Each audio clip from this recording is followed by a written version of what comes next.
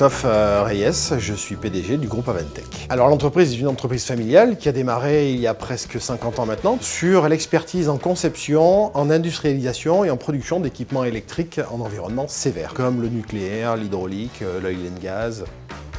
On a pris le virage il y a maintenant 2-3 ans de la transition énergétique. Donc on est très présent sur le segment de l'hydrogène, sur le segment du biogaz, sur le segment du stockage d'énergie, de la captation de CO2. C'est vraiment l'ADN et la stratégie du groupe de demain.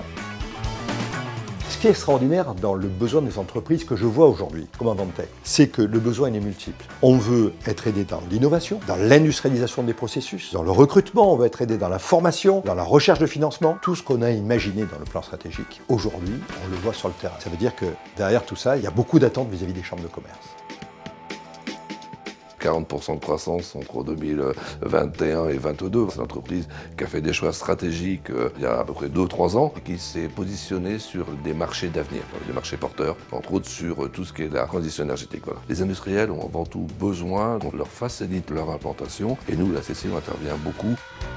La CCI et la région sont des partenaires très prégnants, je dirais, pour réindustrialiser et tout simplement développer aussi notre territoire parce qu'il reste très attractif. Après, notre rayonnement à l'international, il se fait de par la typologie de clients que nous adressons. On a une grosse part de notre chiffre d'affaires, à peu près 60% qui part à l'export. Ce qui reste sur le territoire, c'est essentiellement autour du nucléaire, bien évidemment, pour entretenir et développer le parc actuel. Tous ces atouts-là nous aident à nous développer et à favoriser quelque part la relocalisation par rapport à ces écosystèmes. 75% des Français disent que le Made in France a du sens. Donc c'est maintenant, il y a un changement d'état d'esprit, de mindset. On a envie de relocaliser, de faire en France. Et l'industrie, c'est 80% de l'innovation et 80% de l'international. Donc on en a cruellement besoin. On peut redevenir un pays leader. Mais encore une fois, c'est le grand aiguillage. C'est maintenant ou jamais.